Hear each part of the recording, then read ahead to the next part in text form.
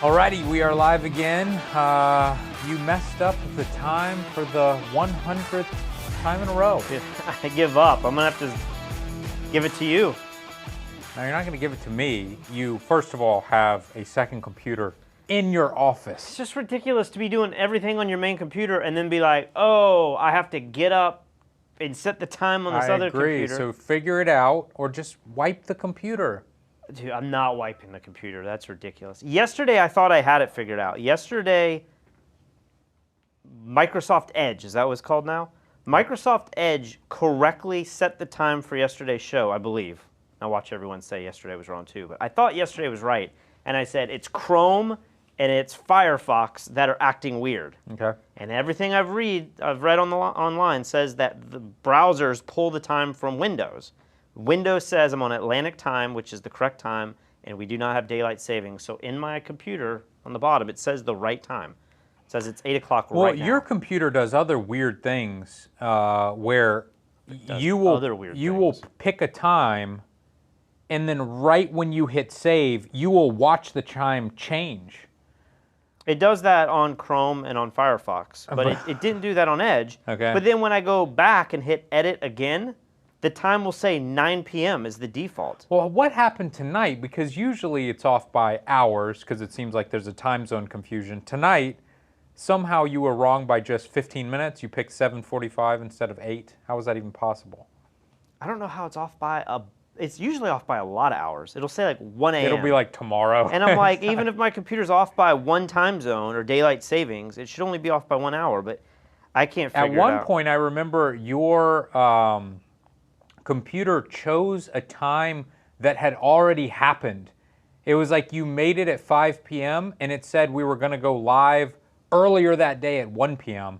And it screwed up our whole YouTube. Like YouTube, everything was getting messed up. It was some sort of I can't figure it error. out. It's really frustrating. Somebody in the comments before we went live was saying that it could be the battery on your motherboard. That doesn't seem true to me, but who knows? The other thing is on this screen, if you hit Studio up there, does it take you to the normal white screen?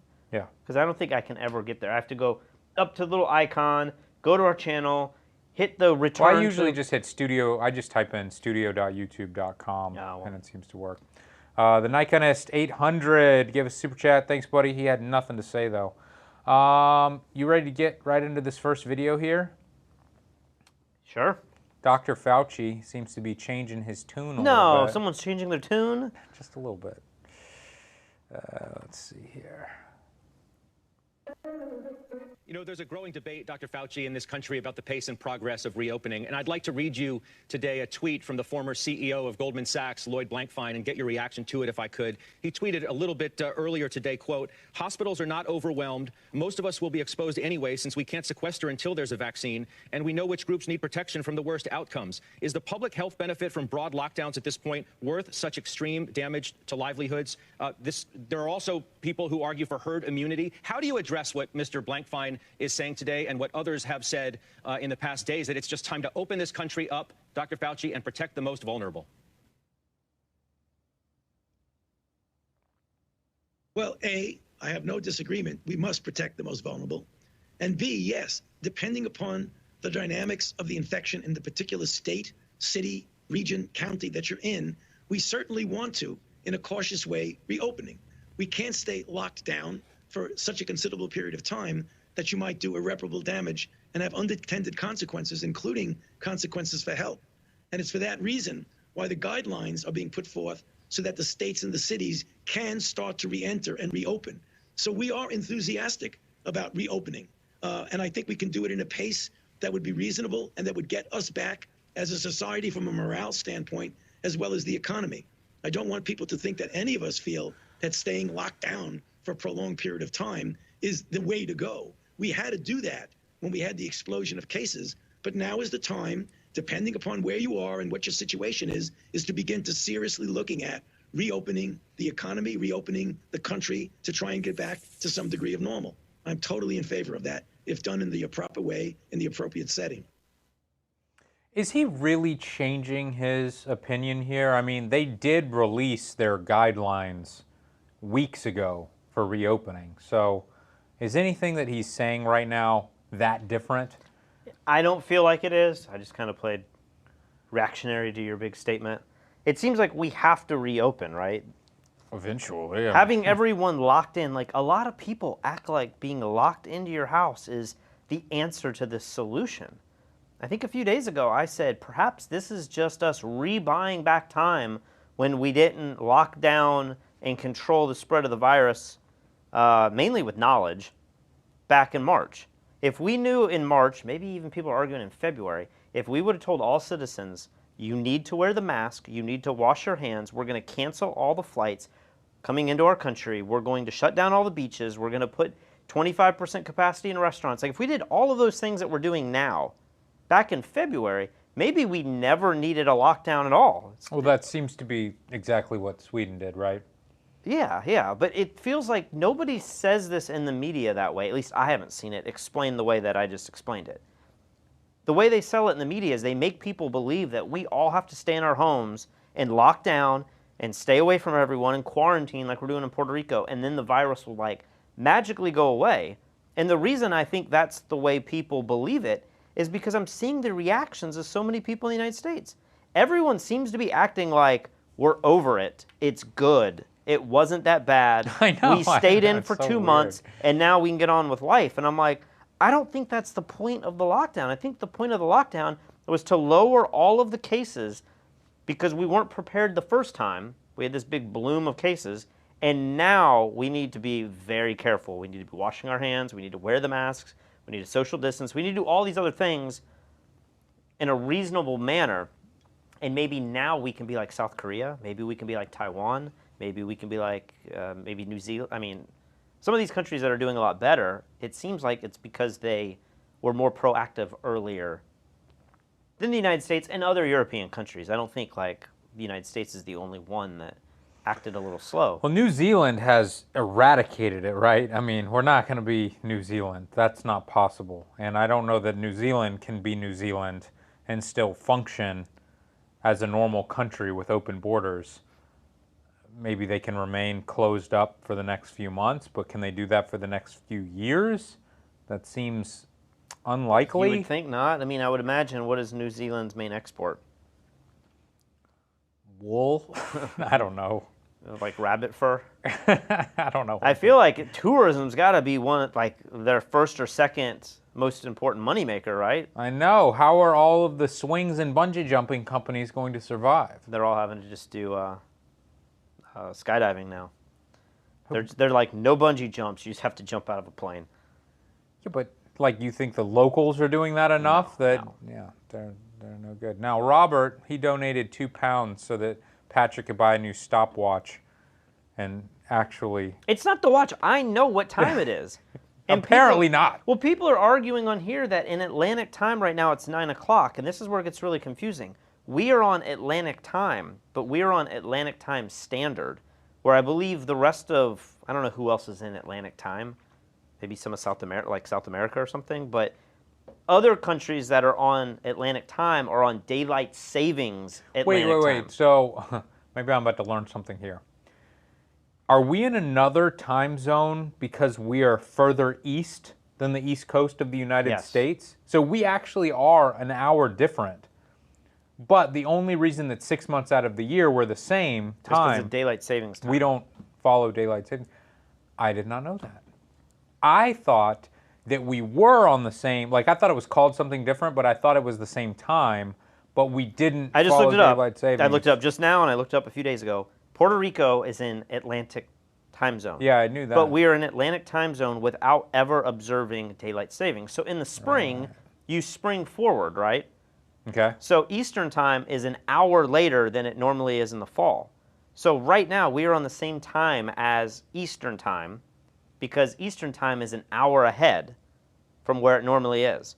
But Atlantic time also has places that observe daylight savings, so they too are an hour ahead. So they are at 9:15 right now. But Puerto Rico does not observe daylight savings at all. So we are always on Atlantic Standard Time. You know who will get my vote for president?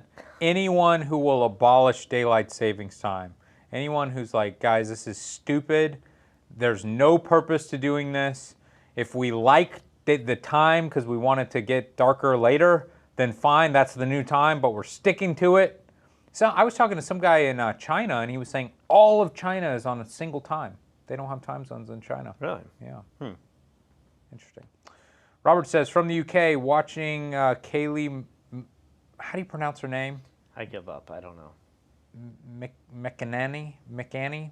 I don't know. Wow, formidable. Yeah, she's tough and she's bright. You know, it's hard to pin her down for sure. All right, let's watch this next clip here.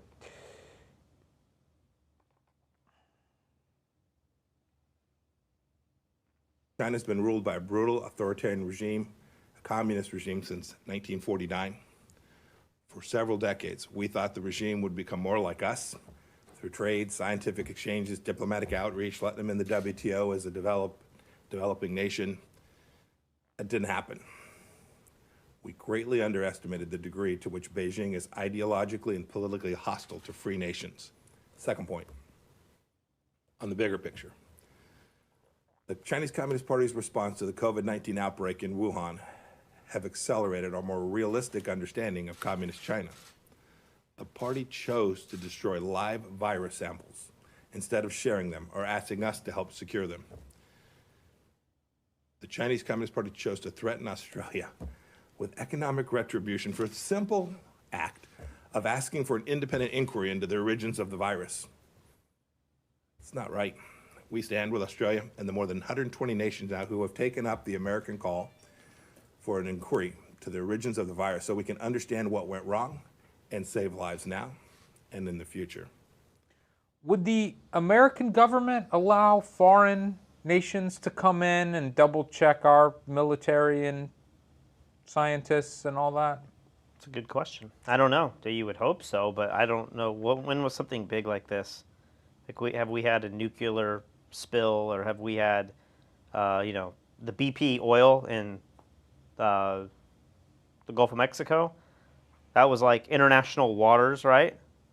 I think. Yeah. I mean, you can't go too far off before you're in international waters. Did we have all of other countries? I mean, did other countries that are, you know, border the Gulf of Mexico and the Caribbean, were they involved in that? I don't know. I don't know how much we open up to that. It doesn't seem like we would. Maybe Seems kind of like a political answer, but have you seen all the stuff that's been going on in Australia? No, I haven't heard any So about this. Australia is perhaps China's biggest trading partner, or maybe China for sure is Australia's biggest trading partner.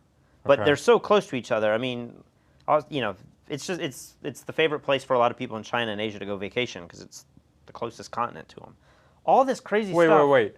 Chinese people like going to Yeah. Australia? Yeah. Okay. And I'm sure Australians. It seems like no matter where I travel in the world, there's always the Australian.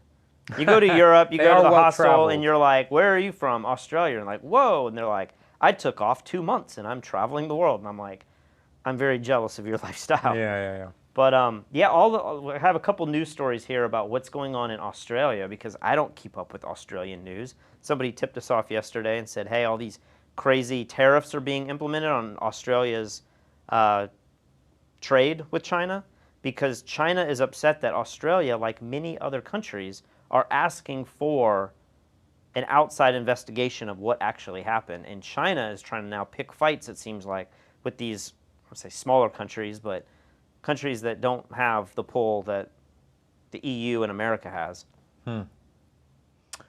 Nikonus 800, thanks for the super chat. Jan Thomas Peterson, 66 episodes deep. Flip a page in the gosh darn book. OCD. Oh, this book right here? They don't like the metal. We like this page because it was very graphic. But since you super chatted us, maybe Give we them some Dark Side of the Moon. That's a good one. like this I don't is- even know what book this is. This is a book I got for my birthday. It's the entire history of Pink Floyd and like every account of every song from every album, and it's pretty intense. I'm trying to find just a cool graphic design page to that's a good one. Animals, that's a good album. Now it's got to sit flat. Oh, see, that was the other thing. We chose the other page because it was like right in the middle of the Yeah, book. now look, Now it looks you've all ruined it the looks all show. weird up there. Damn it, Jan Thomas. I'm putting it back. All right, let's watch the next episode here. The paddocks have returned to green on this farm in regional New South Wales, where Jeff Henderson looks after 550 Angus breeding cows. Recent rain broke 4 years of drought. But the multi-billion-dollar cattle industry is now in the middle of an escalating trade dispute between Australia and China, putting thousands of jobs at risk. This rain has certainly improved things considerably. People are able to plant crops, people are looking to the future, and we don't need any potential hiccups like this to sort of put the brakes on that. China has suspended beef imports from 4 of Australia's major abattoirs, but it's being seen by some analysts as China using trade to punish Australia for pushing for a global inquiry into the origins of COVID-19. Off the back of droughts and floods and fires, what we need in rural and regional Australia at the moment is investment and certainty, and where there is uncertainty in markets like China, that is not a good thing for farmers. As well as disrupting the cattle industry, China is also threatening to impose tariffs of up to 80% on Australian barley imports. Some farmers have stopped sowing due to the uncertainty. Beijing followed through with that threat on Monday, effectively putting an end to Australia's barley trade with China, ripping hundreds of millions of dollars from the industry. China is no longer a rising power, it's a risen power, and what we know of superpowers is that they use their wealth to try and influence other countries to do their bidding, and I think we will see China doing more of that in the future. Relations between the two nations have been under strain well before COVID-19 over allegations of Chinese interference in Australian politics. But China is Australia's biggest trade partner. The question is how to strike a balance between business and standing up to one of the world's biggest economies. I mean, all this news, maybe this stuff is going on a daily basis, and normally we just never see it or hear about it because we don't watch the news. But being that we're watching this stuff every night, to me it just feels like another sign of another hit to the world economy. I was on the phone with our buddy Andreas yesterday, and he was just telling me, he was like, Lee, there's so much that's going on in China that's not in the news right now. Companies are laying people off. People are moving all of their business that they can out of China to other countries as quickly as possible. He said he does a lot of manufacturing in China. This is Andreas, the macro photographer. Yeah, he said that a few of the big companies that design products with him have moved to Mexico was a big one. I'm trying to think of where else. Maybe India. I don't remember what else he said, but Bangladesh, Indonesia. Like, he does a lot of there's textiles, but he builds a lot of products for like Black & Decker and stuff. Like electronics, but not super electronics. Like, I don't know what those are called. Consumer goods or something. I literally just accidentally hit the X on the top of the screen. So Can you go up to the right, the little dots? And I may have just knocked out our audio. All right, everyone. Amateur hour. You got to drink up. You can restore all of the tabs. Yeah, let me teach you a little bit about Chrome. Please. You can go up here to History, and then you can just hit recently closed. Maybe it's the one right below it, 5 tabs. Wow. Yeah, see? You learn something from me every now and then. Now I'm going to have to show you how to use a clock. Yeah, please do. I will invite you into my office as much as you want. Set the clock on it. If I can figure it out in seconds, you're going to so feel so dumb. What was he just saying? That like this is a huge trade situation going on, and it's a world-changing event from an investment and manufacturing standpoint? Yeah, and he was just pointing to, like, there's a lot of stuff that people aren't talking about, and what people don't realize is how slow, when you move manufacturing of complex products out of an entire country, like if you just move them out of a building, that's one thing. He's like, they're having to move it to another country where people speak a different language and they don't have the same tooling and all the stuff. Set up all the new contracts and all the businesses. And so he was saying, he was like, get ready for limited products of all kinds. Get ready for higher prices on everything. just because there's going to be much less supply. And labor costs probably are going up, right? He was saying that computers were about to get much more expensive. We've been hearing that for a while now, and so far it doesn't seem to be the case. But he was like, stay tuned for that. It's going to happen. If you need a computer, buy it now. So I don't know what to think. Giorgio says he's heading to bed. It's 2 a.m., but good night. And he's on Team Patrick. Thank you, Giorgio. Let's go to the next clip here.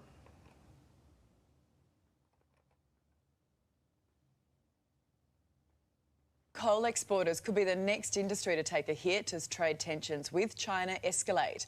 Let's go live to non-political reporter Fiona Whelan in Canberra. And Fee, one of our most lucrative exports, it's in the firing line. And that's right, Ali. Look, it's feared the trade tensions are escalating even further. So traders have warned that some power stations in China have been told not to accept Australian coal. Instead, they've been told to buy it domestically. Now, coal is the latest in a string of Australian exports that could potentially be disrupted. Yesterday, China announced new inspection rules for iron ore imports. Now, some analysts say that could be used to block Australian products. However, the Trade Minister, Simon Birmingham, says the government isn't concerned about that, claiming it will streamline the process. However, the government is concerned that China has decided to slap an 80% tariff on Australian barley, as well as ban some of our beef. Now, China hasn't been happy with Australia over the government's push for an inquiry into coronavirus, and Chinese state media had warned the restrictions on barley and beef could be extended to other products as punishment. So the Australian government has certainly been watching this situation closely. Ali? Thanks, Fee. So I just wonder, if you are the one being blamed for the virus, if America was blamed for the virus, would we be reacting in the same way and saying, we don't want any private investigation because we know you guys are going to flip this and find a way to actually blame us for this? Or would we say, we have nothing to hide, we should all investigate so that we can learn and we can make the world a safer place? Which direction do you think you would go if you were an honest country? Yes. Let's not even say they're trying to hide anything. Let's say you totally are honest. It's kind of like when the cop comes and starts asking you questions. Do you take the fifth and say, I don't want to talk about anything until my attorney's here, even if you did nothing? Or do you say, hey, I have nothing to lose. I'm willing to talk openly, and then next thing you know, down the line, something's been taken out of context that you've said, and you're still innocent either way, but you know how things can get mixed up? I'm wondering if China is just punishing Australia because they don't want what they feel like is inevitable. All of the world is going to come down on us, and let's just go ahead and lock out all these investigations. Or does China know that, man, we have to stop all of this? We are going to start penalizing these little countries.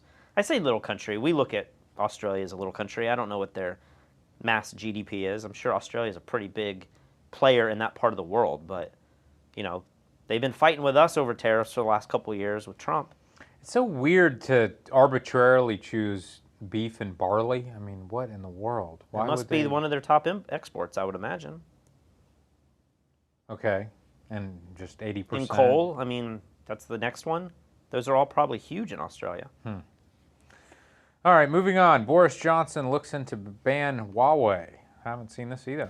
Welcome back. Well, UK Prime Minister, as I said, Boris Johnson looks to be considering a change to his decision to allow China's Huawei to build Britain's 5G network after growing concern from his own MPs over the Chinese investment.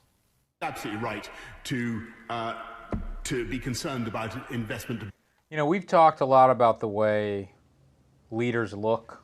We've talked about Trump's neon orange face. We've talked about, who's the Canadian guy with the incredible hair?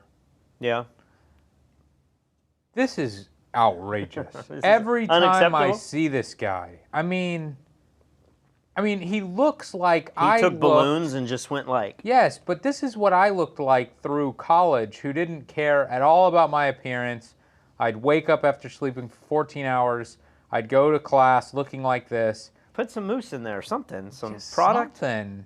I mean, If you don't want to do that, just brush it. Like, I don't understand how this is acceptable. All right. Be concerned about the buying up of UK technology now by countries that may not always may have ulterior motives, and we are certainly bringing forward measures to ensure that we protect our technological base.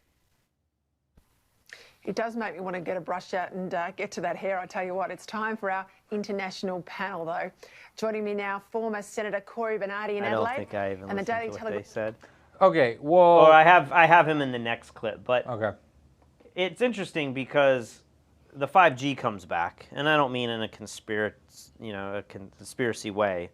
It's just that they are now one of the major manufacturers of the 5G networks, and people are concerned about sovereignty and about surveillance and about security and national security, all of these ideas. And so they're now concerned that maybe China shouldn't be hired, these companies from China shouldn't be hired. I don't know if the next video that I have talks about this, but I've watched so many clips on this sort of thing. But I think the next clip they talk about this, I hope this is the one that I kept, where so many companies that are successful in China are successful because the state government itself allows them to be successful. Mm-hmm. So it's not like you can say, well, AT&T or Verizon's throughout the world. Verizon's in Europe and putting a bunch of towers. This is a company that is hand in hand with the government of China, you know? And I think that's the concern a lot of these countries have. Shaddai Perez says, sent you a message on Twitter with an interview we did with one of the lead researchers in plasma immunity from person to person. Okay. I saw that message and I clicked on the video and it's like 15 minutes and I was like, I don't have time to watch it, and then I totally forget about it. What an asshole. There needs to be a way. I like to keep things marked as unread so that I know to go back to them, because the second you click on something, it's like gets lost in the shuffle. I will try to watch it in the next day. So this next clip is this guy talking? I believe so. Hallelujah, Peter. And I think you should take some of the credit. You've done interviews with UK politicians and former UK politicians to raise awareness of this and the concerns both over there and over here. There is a global network that is slowly waking up to the problem that is the Communist Party of China, their level of infiltration into governments, quasi-government bodies, educational institutions. They are undermining international sovereignty for individual nations, and hallelujah that the UK and Boris Johnson are finally aware to one of their mechanisms in which they're doing it. Peter? What specifically are they worried about with Huawei? Did I miss something? They're just worried that they're going to give these contracts to build all of the infrastructure in their country to a company that is so embedded in the Communist Party of China. But nothing specifically, because Huawei had those phones in the U.S. and then they realized that there were back doors that China could spy on people through the phones. I think that's all part of this bigger story. Okay. You know, some of these news stories I'm watching, they're 10 minutes long, and so I'm trying to find just the best clip to put in here. Basically, the idea I'm trying to paint with this is it feels like Australia, United States, the UK, I'm sure that's happening in the rest of the EU, are all getting there's growing concerns over what China's role will be in our infrastructure and what their responsibility is for the virus. And I just wonder, right now it feels like we're at we're in the eye of a storm, right? Coronavirus seems to, on people's minds at least, seems to be under control, even though I'm sure if we look at the Worldometer's numbers, things are probably not great, probably as bad as they've ever been. But we feel like things are kind of quiet. Stock market's going all the way up. People are starting to go back to work. The economy's opening up. Our fear is that we're going to hit the second part of the storm where all of a sudden it gets really bad. But while things are calm on the coronavirus side, or at least we're ignoring it, it feels like some of these other political tensions are coming up.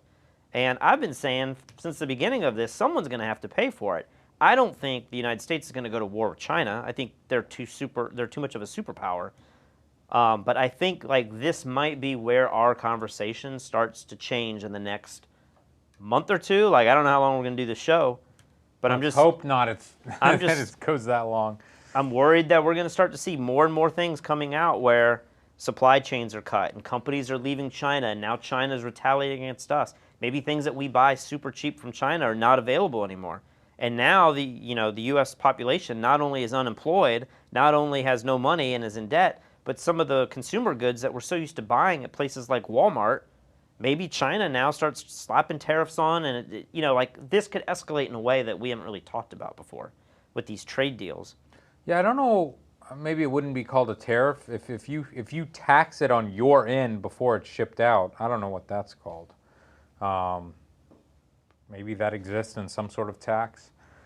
All right, next video, China threatening Taiwan. What in the world? I've missed all of this stuff today. Tonight, a blunt warning from Beijing to Taiwan. Any act that separates the island from the mainland will not be tolerated. That was Beijing's response to Taiwan's President Tsai Ing-wen's inauguration for a second term. Ms. Tsai, who won a landslide victory in January, has made it clear the island strongly rejects China's one country, two systems model. She says Beijing must find a way to coexist with a democratic Taiwan. 面对复杂多变的两岸情势，过去4年，我们尽力为两岸的 skip past this because we don't know her native language, but you can hit play. 和平稳定做出了最大的努力，也获得国际社会的肯定。我们会。 Lynette Lim joins us from Beijing right now. Lynette, these comments from both sides definitely not helping cross. Can you, before we continue, explain what's going on here? I don't understand. I don't know all the inner politics with this, but Taiwan is an island outside of China, and they have a democracy, and most of China doesn't acknowledge Taiwan as, it's like this, they keep talking about this, the separate but one. It's like China's allowing Taiwan to do what they're doing, but they don't want them to do that, and so they're now, I'm sure this has been happening for years, but it's the same sort of thing with Hong Kong. Hong Kong has this sort of democracy that China has been opposing very violently in the last 6 months to a year. And I think the same thing's going on with Taiwan, but things are starting to escalate. And maybe all of this is happening all the time, and you'd be like, you stupid Americans, you just don't pay attention to it. But I'm just adding more to the fire of like all this other stuff that's going on with China that you and I might not be as aware of. Straight ties, especially in Ms. Tsai's second term. Exactly, and prior to this, Ms. Tsai has been taking the opportunity, because of how well Taiwan has done in containing the coronavirus outbreak, to really draw a distinction in the political systems between Taiwan and mainland China. She's using it to, further Taiwan narrative that Taiwan can help the world and the world needs Taiwan. Also, Ms. Tsai, if you recall, earlier in January, she won her re-election bid with a landslide victory over her rival and Beijing's favored candidate, Han Kuo-yu of the... That headline there, just China says reunification inevitable. There's no room for Taiwan's independence. Kuomintang Party. And during that victory, she was propelled to win on a wave of suspicion and fear over the one country, two systems model. So when Ms. Tsai, in an inauguration speech, said that Taiwan will not accept becoming a part of China under the one country, two systems model, she's really carrying forth the mandate of the Taiwanese people. And now that position is something unacceptable to Beijing. And this really means that the frost that has set in over the last 4 years of her presidency looks set to continue. Yeah, I don't know much. I don't know enough to really speak on that. But interesting. Now we're getting to some of my clips here. My number one clip for today was a similar Fauci clip, which we don't need to watch, but we can watch this one on food banks in America. It's going to be good news? No. This the looping queue for a food bank in New York's commuter belt. Cars normally used for school pickup and the weekly shop. Now a marker of middle-class need. Some had waited more than 5 hours, bumper to bumper, in a queue that stretched more than a mile. Come here now. Come here now. For organizer Jamie Scott, traffic control has become a major problem. 8 weeks ago, in the early days of the shutdown, he saw 65 families. Now it's 600. And look at the cars. Why is he touching, like, he's physically, like, up against cars and stuff? Yeah, he seems to be taking his job a little too seriously. A Mercedes, an expensive SUVs. You see a lot of starter Mercedes, starter Beamers, high-end like Toyotas and what have you. The problem is, really, the people have gone now without 4 or 5 or 6 or 7 paychecks and starting to catch up. They need food. It's the most basic thing. Guys, it's going to be 3 families, guys, 3 families. At the front of the line, we met people who had well-paid jobs. All the way up, guys, all the way up to the girls. Before the coronavirus brought such economic destruction. People who've never had to rely on aid. Michelle Fernanda is a florist, struggling to make ends meet. We have to pay the rent, gas, cars, and all the stuff. I mean, you've got a beautiful car. Did you ever imagine that you'd be lining up for food? No, never. Yancy Mendez is trying to feed her kids. Have you got any income at the moment? No, we don't have, because I work like housekeeping. So, you know, people doesn't want people to get into their houses because they have families, kids. So, and we have kids too, so. So you're not making any money at the moment? No. So you need this food? Yes, we need it. You want it all in the bed? We're witnessing the biggest economic shock since the 1930s, in a country still feeling the after effects of the financial crash of 2008. What's been noticeable since the Great Recession is the dwindling number of parents here who believe their kids will enjoy more abundant lives. That long-held belief in generational progress that gives this country so much energy and so much drive. Where is this? Is this on the BBC? I think this was but is New York. This is United States? Yeah, this is in the U.S. It's definitely strange to see people pull up in luxury vehicles to get free food. I think it just goes back to how leveraged our society is. Like, everyone does this. Yeah, people are saying in the comments, sell your car. Yeah, I agree. But who are you The gonna problem sell the is, car to? yeah, and the problem is that you may not actually have equity in the car. So you may think that the car, like, oh, I'll just sell the Mercedes and get some money for food, but it may not be that It simple. could have already depreciated more than what you put into it, and Yeah. you're kind of upside down on it. Do you know what Brad Fogel's talking about here? Oh, here we go. Brad Fogel says, these are the 5 on ways 6 military intelligence members do United States, Canada. What? Oh, Jesus, that did not come out correctly. That was supposed to say 5 eyes. These are the 5 eyes on ways 6 military. I don't know what that means. Brad, we appreciate your super chats, but I don't know what that meant. Let's get into... Speaking of cars. Yeah. Hertz. One of the world's largest rental car companies, Hertz, has filed for bankruptcy, citing the sudden economic downturn sparked by the pandemic. The firm faces billions of dollars in debt, and its car fleet sits largely unused as travel restrictions remain in place. The company hopes the move will enable it to rebuild the business while still serving customers. Its international operations, including in Australia and New Zealand, are not included in the US proceedings. In a statement, the Asia-Pacific Vice President says Hertz continues to operate as normal in both Australia and New Zealand, and the filing has no material impact. No material impact. What? Well, did you see Hertz just put all these cars up for auction? No. You could buy all of these, drawing a blank on cars. Toyota Camrys? No, they were like the sports car, the Corvettes. Oh, stuff. okay. You could get like yellow Bumblebee Corvettes and stuff. And I don't know how good of a deal it was, but they were auctioning off and selling a bunch of their cars. So, I don't know if I know you don't follow cars at all, but the new Corvette, the mid-engine Corvette, recently came out. And I had always told Katie that I wanted the last one. The one, I think it came out in 2014. And now the new one, I feel it looks even cooler, you know, it looks much more... You have a picture you could pull up? Yeah, I can pull it up. When you say 2014, is that the body style that's lasted until now? Or did they cut off the Corvettes and there's just like certain years you could buy them? No. The body style that like it was literally at the end of that commercial. So 2014 until 2019, the same body style. Yeah, so this is the new Corvette here. I think this car looks super cool.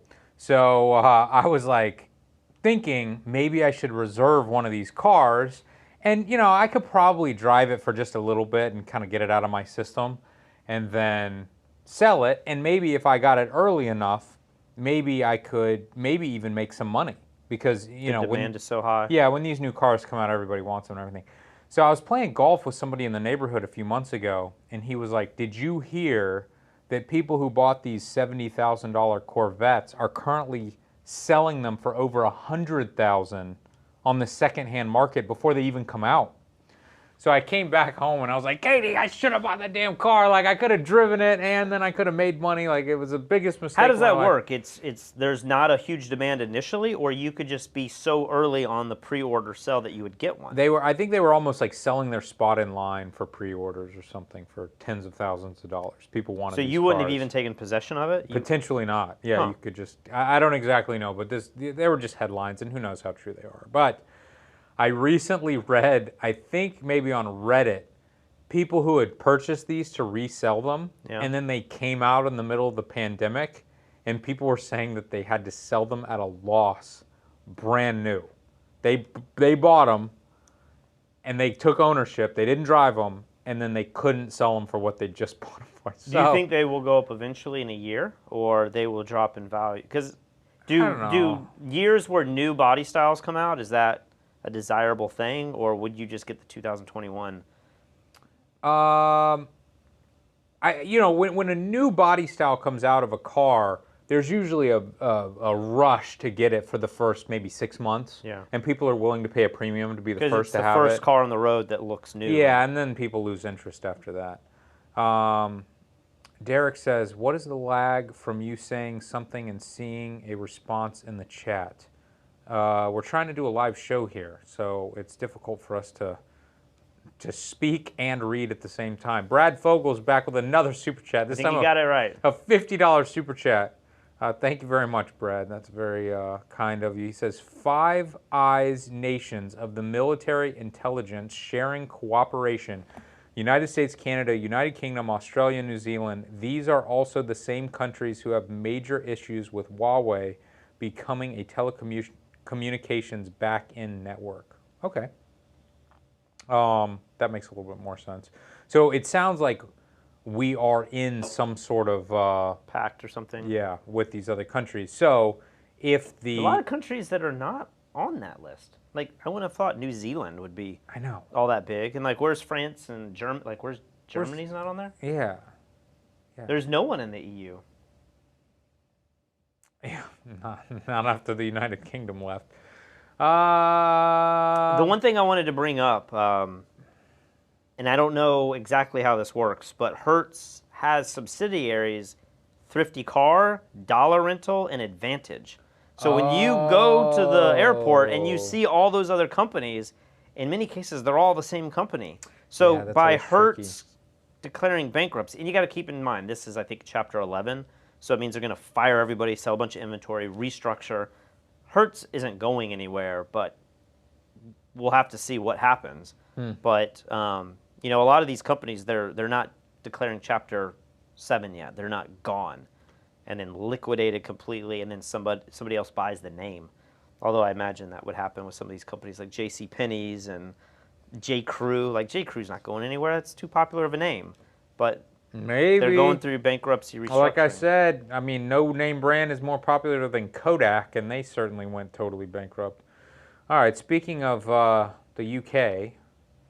For us, Sophie, some shocking figures out of the United Kingdom this morning, revealing just how many Londoners have contracted COVID-19.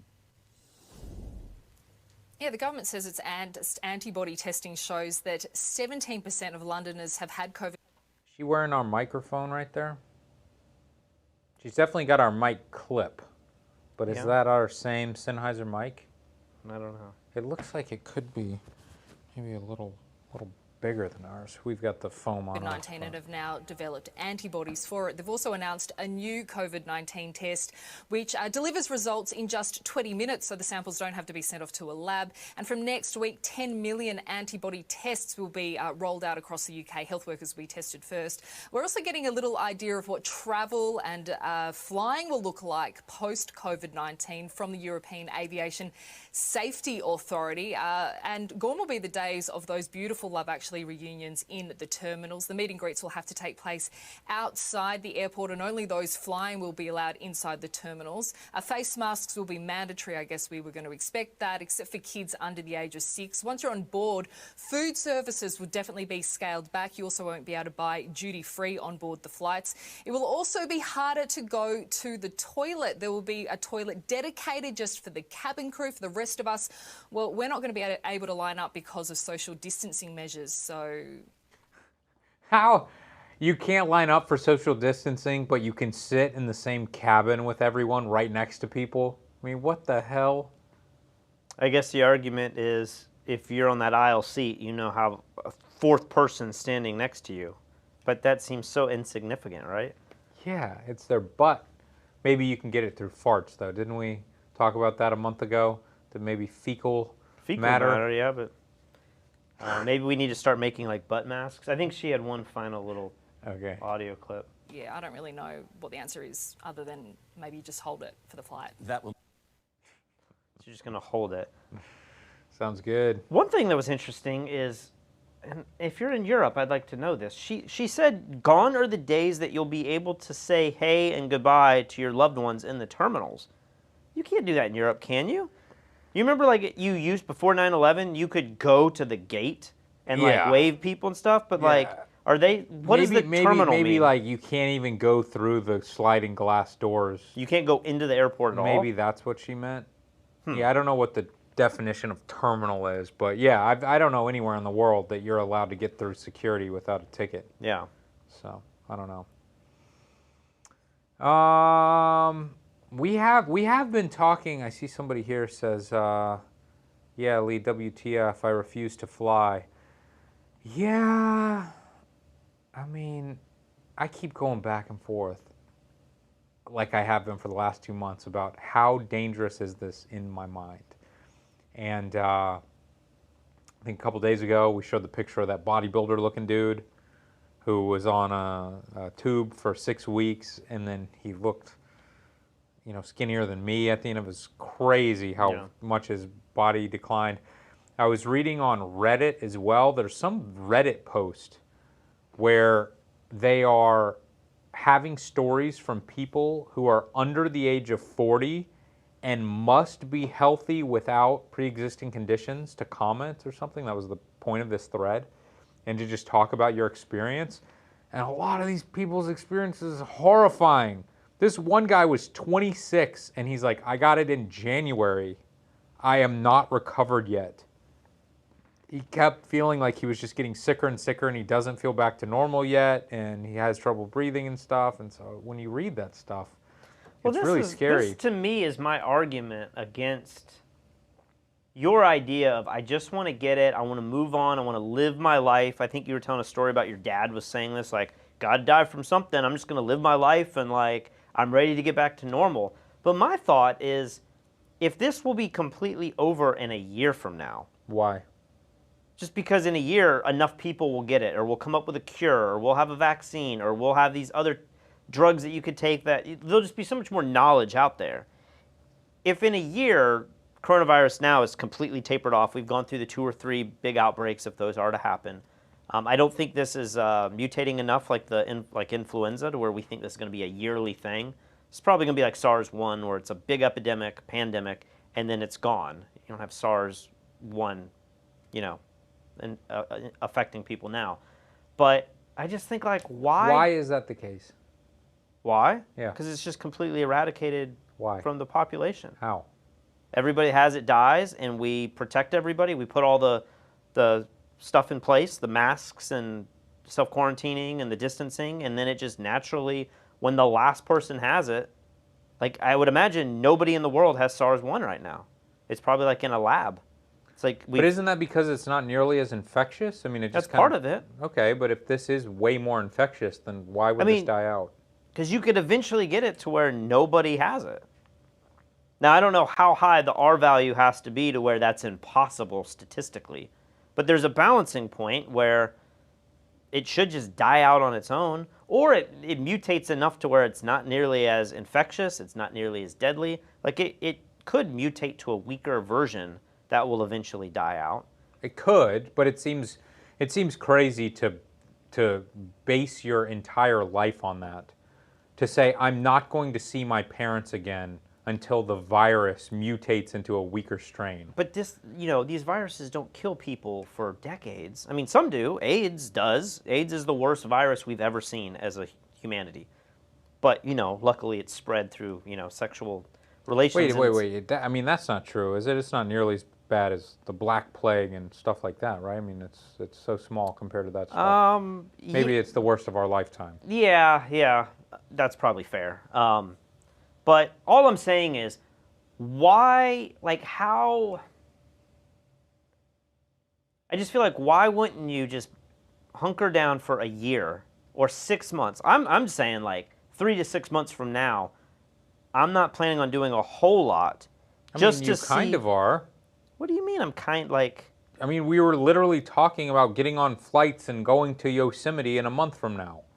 Yeah, and I'm still on the edge of like, is that a smart idea or not? Okay. But even if I you're did on the that, edge. but even if I did that, I don't think I'm gonna just go back to normal. Like if I had a retail job, I mean, it's a very tricky situation. I'm in the position where I don't have to do that. We work from home, just like many of the other photographers out there. Like you could do shoots with small groups of people and then come and stay in your house and edit for 5 days and never leave your house. But many people have a day job in an office, in a grocery store. They have to go out to large groups of people. There's no way around that. But if you don't have to do that, if you could, or if you're saved up, some people have enough savings for a year where they don't have to work for a year. They can't retire, but they could not work for a year. If you have the benefit of doing something like that, why not just wait 3 months to 6 months to see where do we land and be safe? And worst case scenario, you lose 6 months to a year of your life, but guess what? You lived, you don't have a chronic disease, you didn't help spread the disease, but you just act like I have to get back to my life. If this was a 5 or 10 year thing, I'd be like, absolutely. But it seems like in a year from now, this time next year, we will be over this, I hope. Why? Like, what are you... Because statistically, we always are. We will find a cure. We will find drugs. We will, if it gets as bad as the second wave of the 1918 Spanish flu, I mean, that ended over a year, basically. Like, it just has a life cycle. This isn't going to go on for decades. So I don't know why you would risk it when... It just seems very selfish to say, I got to live my life, bro. If this was from now to the rest of your life, I would say, yeah, unfortunately, we do. But if you could just wait 3 months to 6 months to figure out, like, where will we be, then why not take that option? It's going to be such a very little bit of pain to not live your life for 6 months, to enjoy the rest of your entire life. Absolutely. Knowing, yes. Look at your parents. If your dad truly believed that, like, what if he died? What if he didn't die, but he got it and he has a chronic disease now for the rest of his life? Or he could have just sat in his home and been bored for 6 months while, and I'm saying he does that. Everyone else has to go out and get it. I'm not saying everyone can do this. If everyone stays inside, then we will not get past this. Yeah. But if you say, man, let all these crazy people that want to go out, go out. Unfortunately, everyone that needs day jobs that have to work 9 to 5, sorry, but like they're going to go out and work. But if you're in the fortunate position, your dad's kind of retired. Like I know he took on another job, but he might be able to stay retired. Just stay retired for a year. Wait this thing out. We'll get over it, and hopefully he'll never have to deal with another one of these in his lifetime. But to just say like, I'm going to miss my summer and my fall, like I got to get out, like that just seems a little short-sighted to me at this moment. I mean, I agree with what you're saying to an extent, but I feel like, what do they say, the straw man argument or whatever? If you could prove to me that if you just stayed inside for 6 months, then we'll be over this, and you wouldn't have risked your life or your friends and family's life, so just chill for 6 months, I'd go, of course. Yeah. That's an easy decision. I just don't, I have not heard any expert say that they expect this to just die out in the next few months. I haven't heard anyone say that. I don't think the next few months. I'm saying 6 months to a year. Like Okay. 6 months from now is December, January. Okay, well, I don't want to do that for the next year. Like, I would like to see my family within the next 12 months. Maybe you don't care, but I do. I do. I want to see my family, but... Like, I mean, I think you also want to get married. Your fiance also wants to get married. Yeah. And so I think this isn't just a problem with you. I think this is a human issue. Is like, you point to other people who want to do things a little bit more than you, and you go, you're the problem. But then when it comes time for you to get married, you're still going to want to do it. When it comes time for you to fly and see your family, you're going to want to do it. When it comes time for you, I mean, you're the one who brought up the point that like, hey, we should probably be driving around the U.S. and coming up with some projects and working right now. So I need to be clear about this. And that is, I am saying I'm willing to put myself at risk to some degree. Somebody mentioned P.F. Chang's. Yes, I can order P.F. Chang's once a week or once a month and get in my car, drive up to a guy on the side that I've already paid, or I give him a credit card, he gives me a bag of food, and I leave. To me, that feels like a very, very small risk. getting in a plane and flying one place and then getting in a rental car and like driving around but not like trying to still distance as much as I can still seems like a relatively low risk. Getting on a plane every 3 weeks like we used to and flying wherever we wanted and just living our lives, that to me is something I don't know that I feel comfortable with. Seeing my family, I think would be Thanksgiving. I don't know that I'm making any plans to see my family. I know, but you wouldn't make your plans to see your family anyway before Thanksgiving or Christmas. Maybe I would. I don't think so. I want my family to come down here. Okay. Well, but I don't what do you know think is more safe for your family? For them to come down here or them to continue opening their dental practice? That's at the root of the problem too, is that when you live in a town that's 20,000 people, that's had very few infections and maybe nobody's died, that's I think what Fauci is saying too in that interview, is that big cities like New York, maybe we can't completely open up. Maybe New York City has to open up 10 or 20%, and that's going to be a death sentence for New York and New Yorkers. You're not going to be able to survive opening New York for 20%.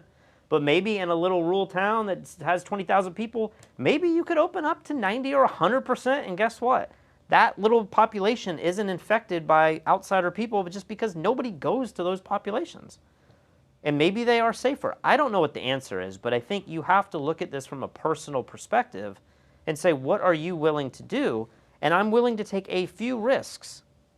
Maybe getting in a plane and flying somewhere and back, maybe that is a bigger risk than what I should be considering.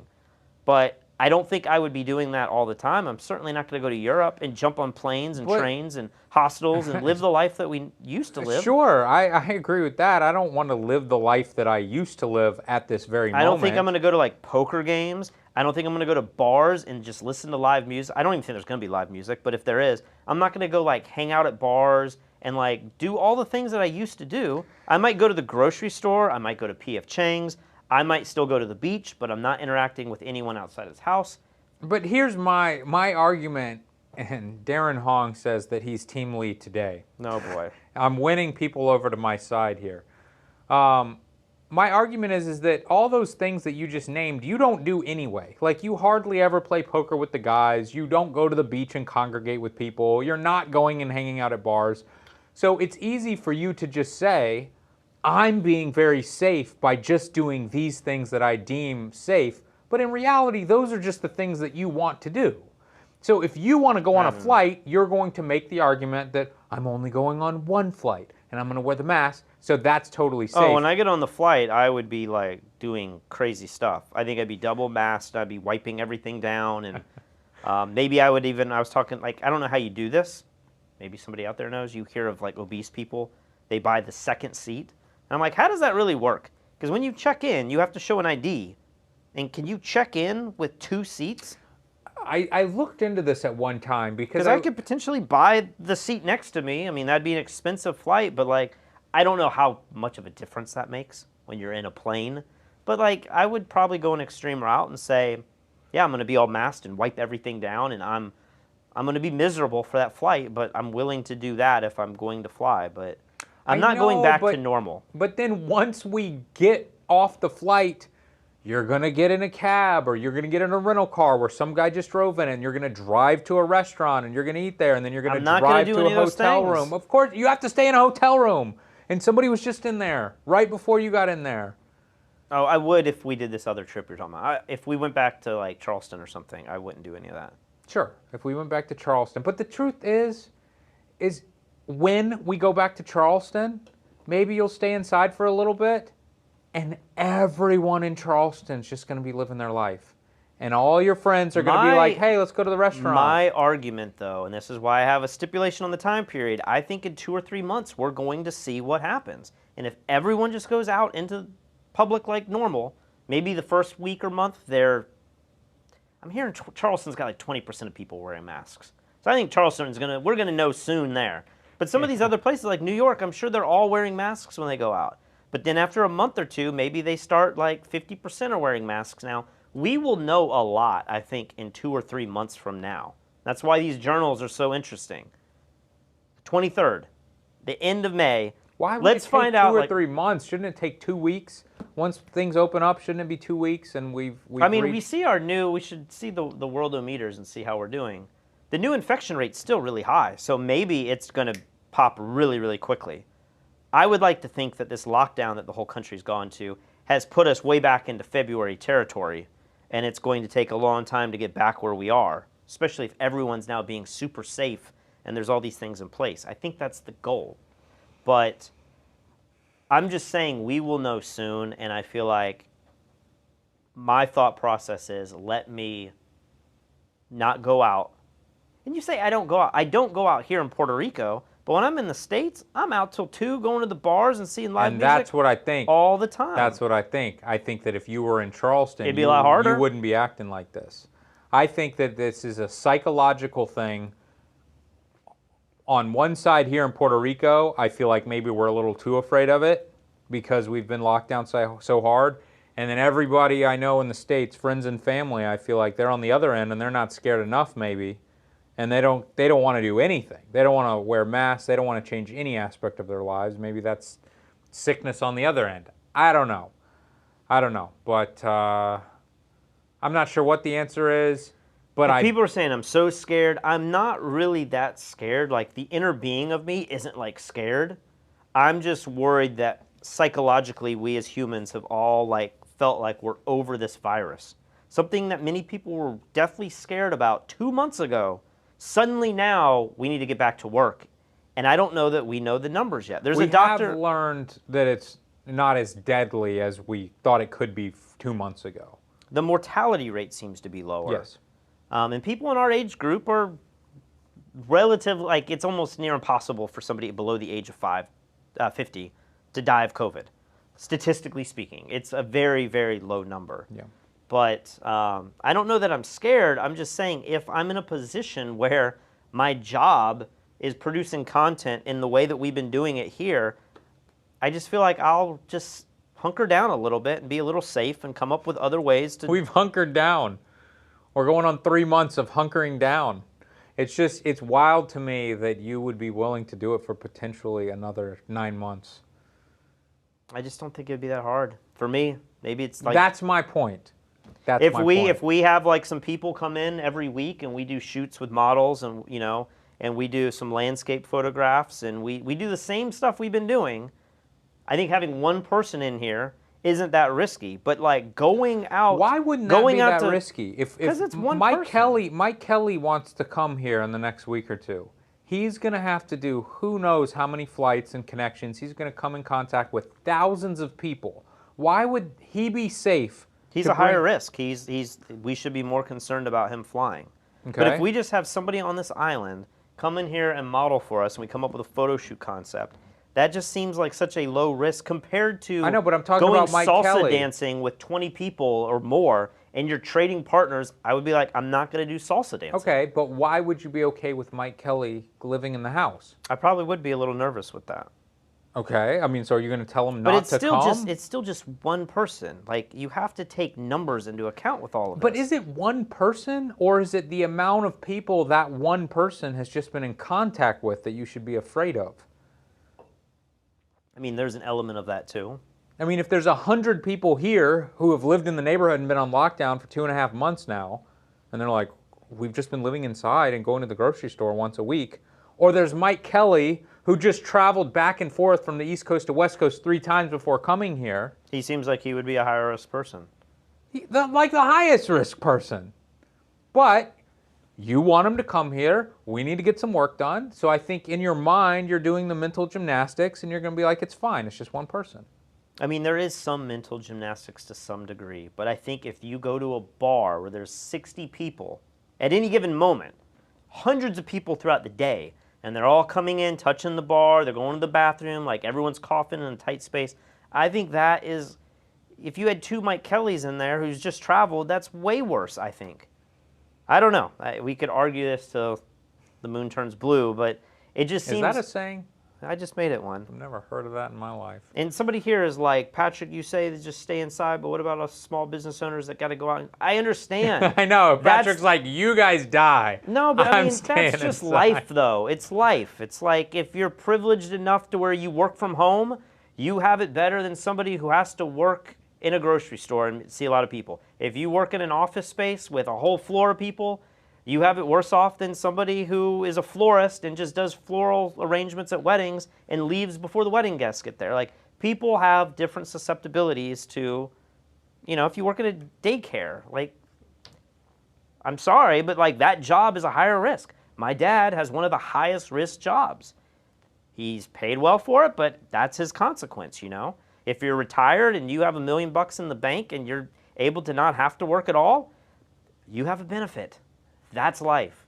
And I'm not trying to pick winners and losers here, but I'm saying, like, if your job is, your income is you own a restaurant and you got to get back to work, I mean, you're in a tougher position.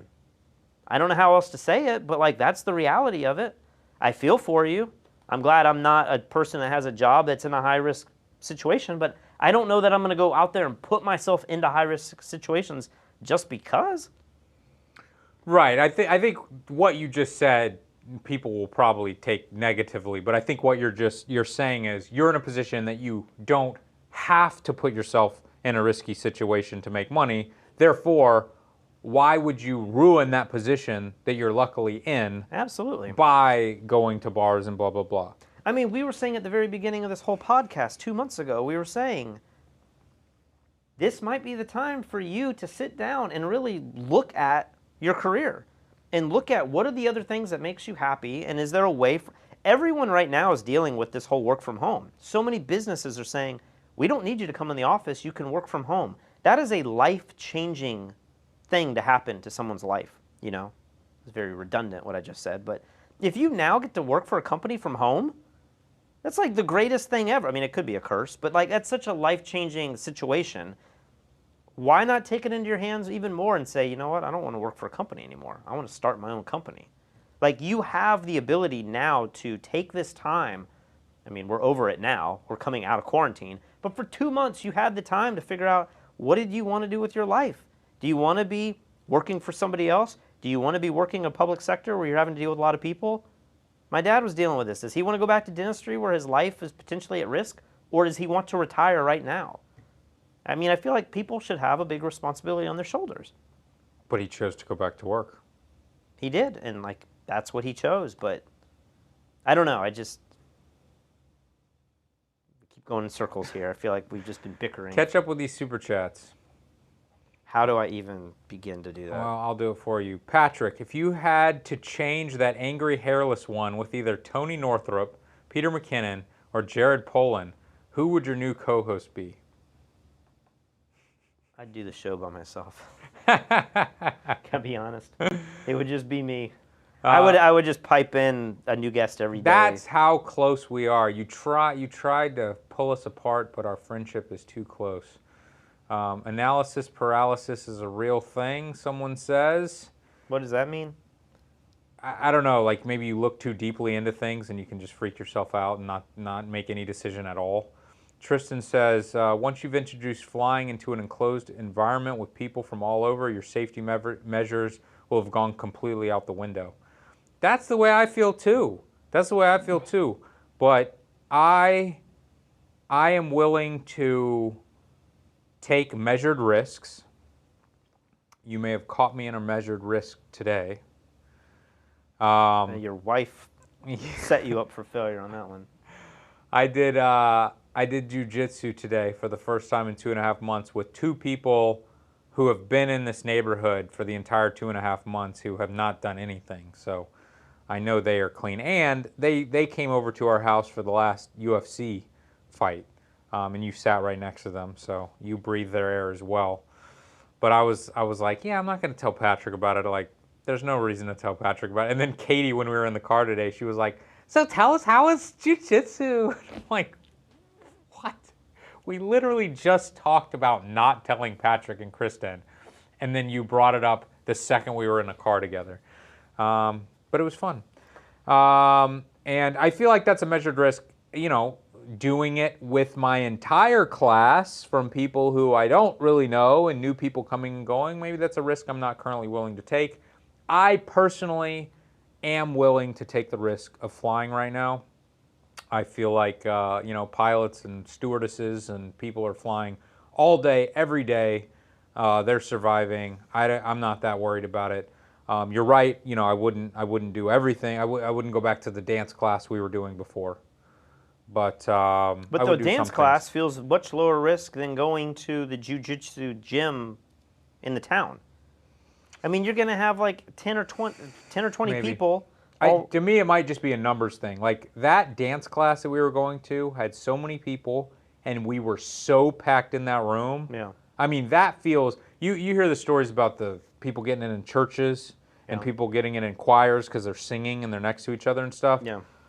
I don't think any church or any choir is as tight as that dance class was, and people are breathing heavy in there. I mean, that was another level. Did you wear a mask while rolling? I did not. I did not wear a mask, and I didn't wear gloves. You wore a gi though, right? Yeah. Okay. What does that do? So make sure you're not like doing that other kind of rolling that No, we no, all no. suspect you might be doing. No, it wasn't that. But yeah, if we can work out this deal with Elia and we can film something and we can be in a U.S. national park, I'm willing to take that risk today.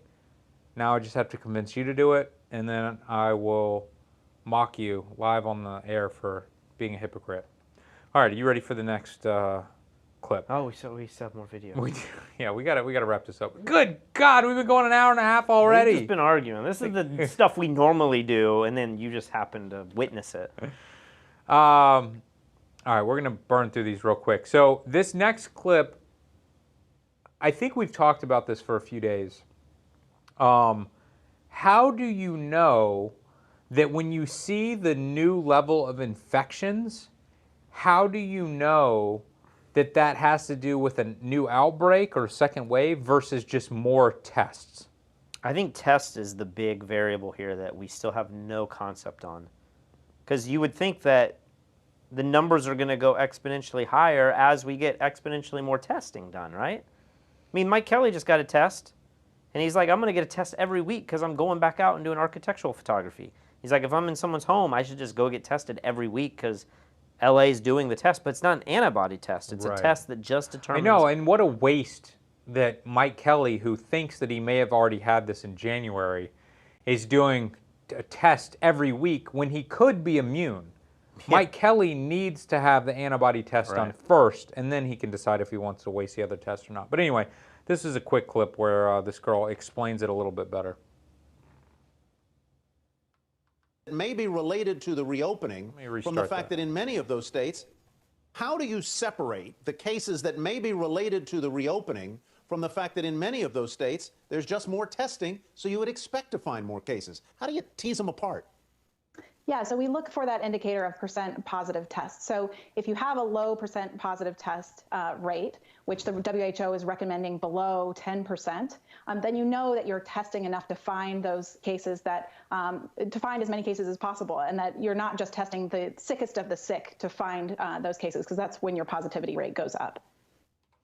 So there's an interesting video by Vox that I believe just came out today. You guys can search for that if you want, but it goes deeper into this idea.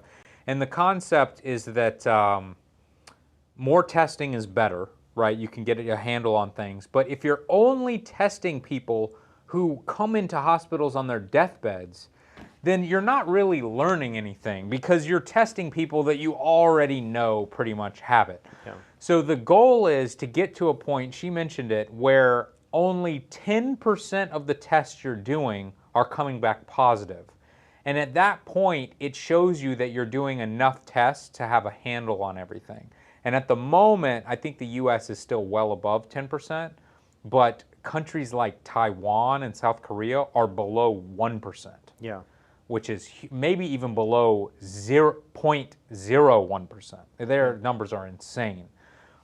Which just shows you that they're doing such a good job of testing the average population and not just the sick.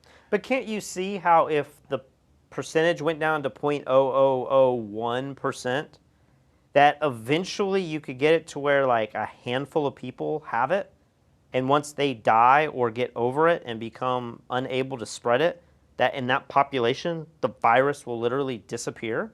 Oh, of course. I mean, that's what happened in New Zealand, right? That's what seems to be happening in Taiwan. I'm saying it's not possible to do that in the United States, where it's not an island. we have states without borders, and you can just drive through the borders, and one state has a lockdown, and then sick people can just drive in. And the other, but it could happen. It won't happen because no one's taking it seriously enough to allow that to happen. But if we had a second wave and all of a sudden 5% of the population, 5% of Americans died, our numbers now are millions of deaths, like quickly.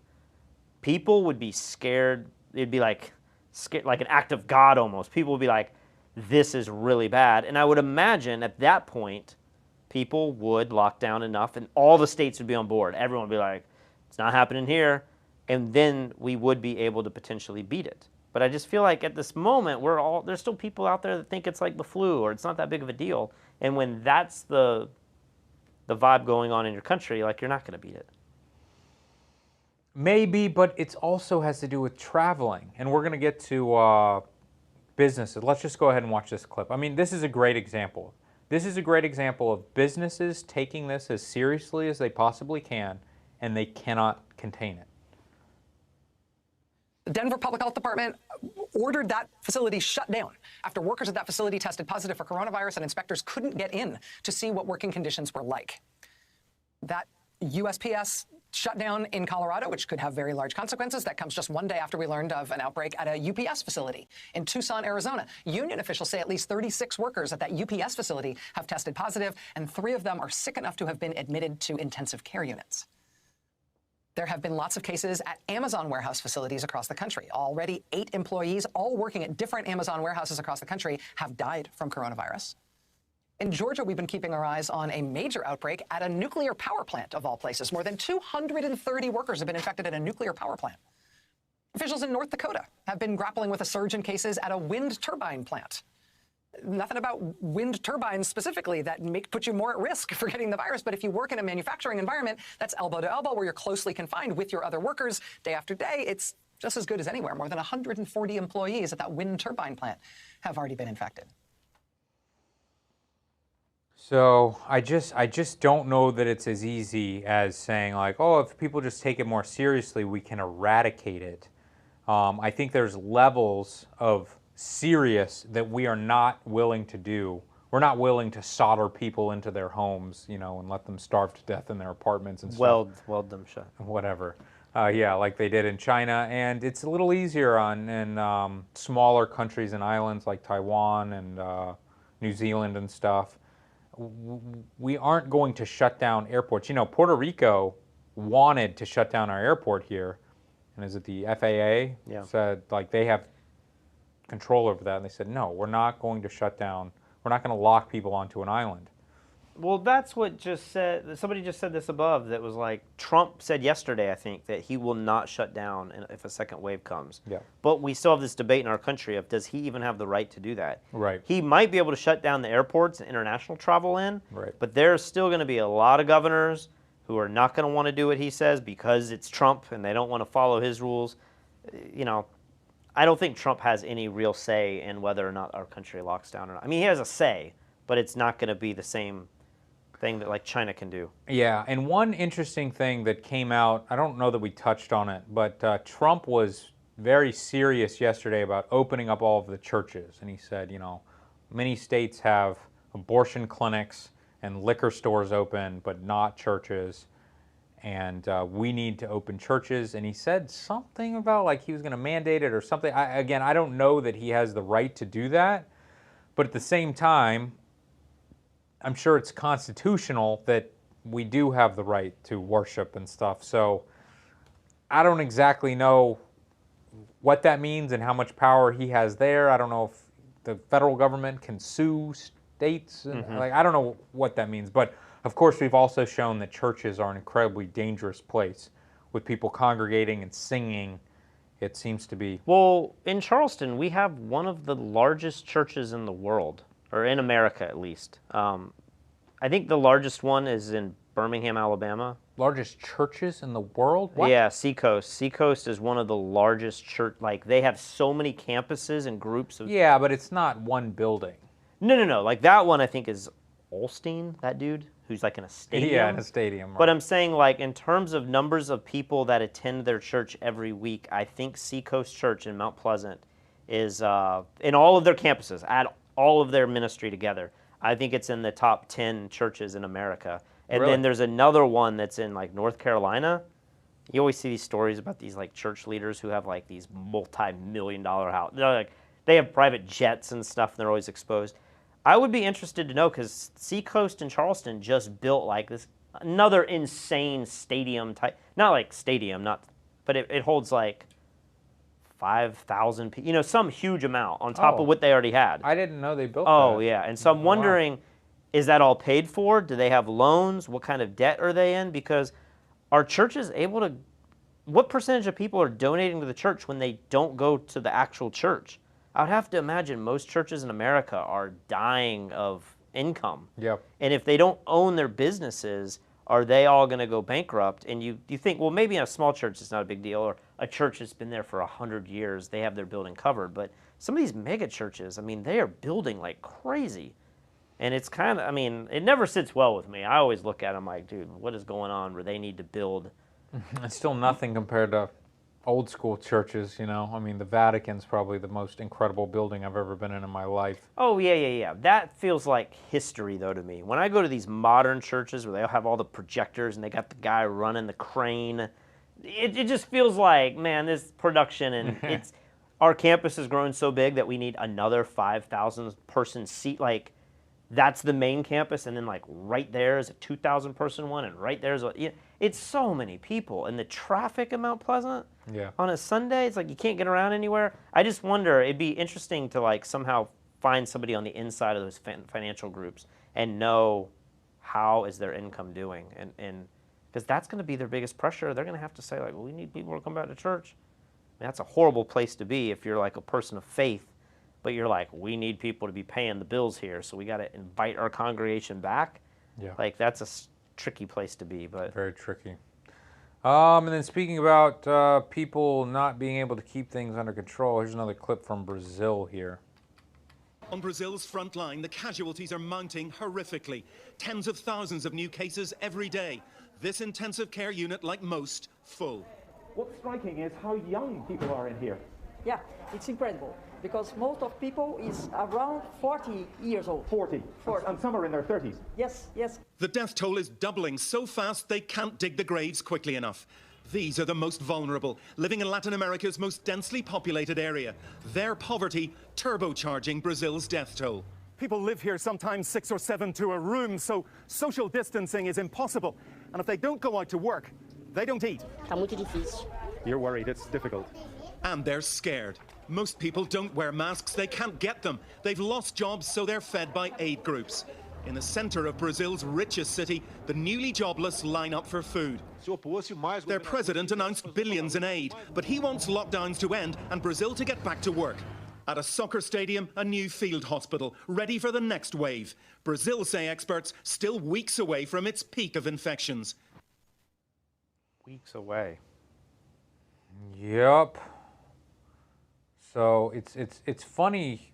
It's not funny, but it's interesting to see these clips of people who live in the the slums or whatever it's called, and people are talking about how serious it is and how worried people should be, but like no one is taking it seriously at all. Like everybody walking in the background of this clip is just, going about their business. They're hanging out with their friends and their family. No one's wearing a mask. And you look at this, and it's not just like, oh, these people are so poor they can't afford it. I mean, if you look at these people in the background here, like they're just hanging out, So there definitely is something to be said about societies that take it seriously or not. I also wonder, they were trying to say that the average person was 40 years old in the hospitals? Yes. I mean, when you live in that level of poverty, I would imagine all of those comorbidities are also introduced to a lowered age population. You might be diabetic at a lot younger of an age if you have to survive on trash like Coca-Cola. Now this is the Zero Coke one, Coke Zero. But if you drink, I mean, we're from the South. People drink Mountain Dew and like soda all day long, sweet tea all day long. It's like a source of energy just because you're drinking so much sugar. Yeah, but do really poor people do that? I mean, if you're really poor, I mean, this is what we were arguing Yeah, about I a month think ago. they They're do. like really poor people in America. When I've done mission trips in Central America and you go to Nicaragua and you go to the dump, they literally live off the dump.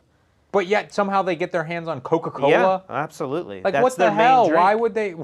How is that their main drink? I don't get it. It's cheap enough to where you're like, I'm going to drink Coca-Cola in the big bottles, and I'm going to drink the milk with all the sugar, like the little dessert. It's like in bags and stuff. Like, that's what poor people drink. They're not going and buying don't bottled get it. water and saying, I mean, they need calories. It's like a lot of Coke, a lot of beer. Like, they're not drinking healthy stuff I necessarily. know, but if you're telling me they're literally going to a trash dump to eat trash, but then they're going to the store and buying Coca-Cola. They're not eating trash. They're going through the trash to find anything that's of value at all, and then trying to peddle it to get like something. But you go to these places, and yeah, they go to the drugstore that's a rundown drugstore, and they get candy. Like, they just eat junk food. I mean, that's all they can afford. And they're happy when people come in and prep meals and bring in meat and stuff. Like, meat's a luxury. A lot of these places, they're not eating a lot of meat all the time. And if they do, it's because they found it and it just died and they're actually cooking it. But all I'm trying to say is in these really poor places, I've been to places like that in Brazil, and it's like they have other huge health issues that first world countries or places that have a lot of influence and money.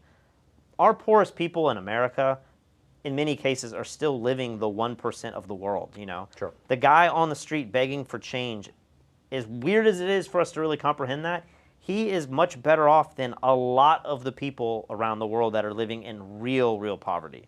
Yeah. He's in poverty here in America, but like he's still getting by. There's a lot of places, and most, I don't want to say most people, but there's a huge percentage of poverty around the world. And it doesn't look like the poverty here in America, although we do have that here too. Derek says, I want more information on why the active case count is so high on Worldometers. Are month-plus recoveries like half of the positive cases? I think the government checks in regularly with all positive cases. Do you know what he's talking about here? I think what he's asking is why do recoveries last so long in this recovered, or in the, not the recovered category, but is there another one that's like the active cases category here? And we've heard from many people. I mean, the guy that you talked about that's like shredded and then he's like nothing. He was in the hospital for 3 or 4, 5, 6 weeks. A lot of people are in the hospitals for a month or they're not recovered. You also had that audiophile guy who was being tested every couple days and being positive. He will not go into the recovered category, the closed category, right? Until he tests negative once or twice in a row. Yeah, I would think so. So maybe we've said it takes a long time to show symptoms on the front end. Did we have an article that said it's now 27 days? Yeah. Have we talked about that?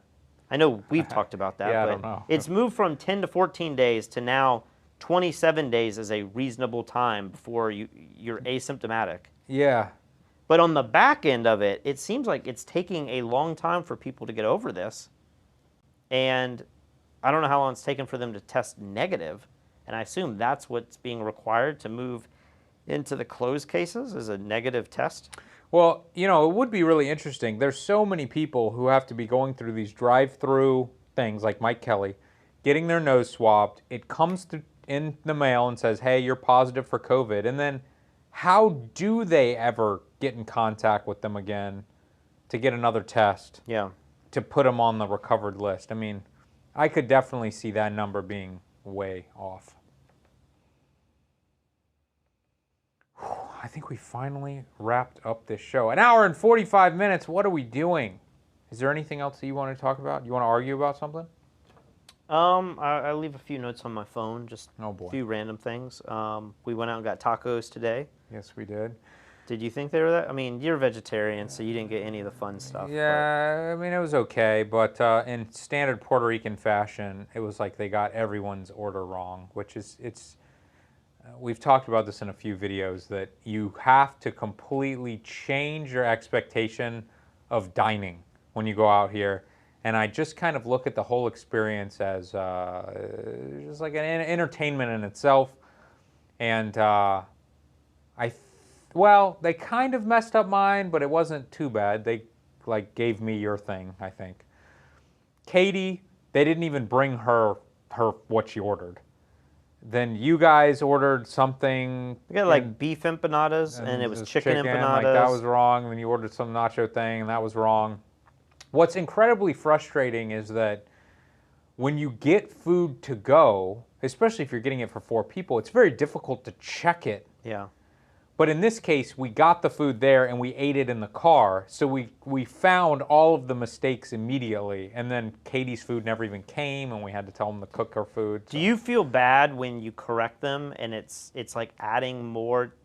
This is what's weird about Puerto Rico and America, is if you have to correct a worker, like if you have to drive back through the drive-thru or go in and be like, hey, you forgot my fry.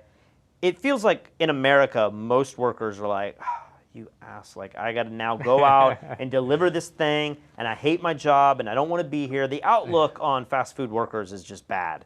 But here in Puerto Rico, I have to do it way more. Sometimes I have to do it multiple times. Yeah. Like they bring out something, and I've noticed something else is wrong, and so I have to ask again, or what they just brought me is still not right. Like it's always wrong, but their attitude is so positive.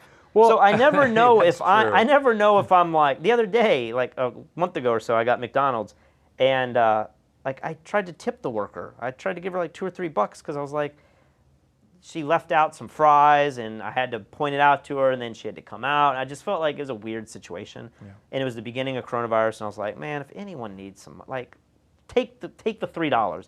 And she was like, no, I can't take the tip. I don't want it. But I felt so bad asking her to fix these problems. Yeah, it's weird. I do agree with you that the fast food workers here are on a completely different level. They are all pleasant, and they seem to be relatively hard workers. In America, you know, Chick-fil-A is like the best. Yeah. Chick-fil-A is like, I want those employees to work for F-Stoppers. They're so good. And then every fast food restaurant below that is like huge steps down to the point where it's like, these people are stealing from you. These people are spitting in the food. You know, it goes really, really low in America. It's not like that here.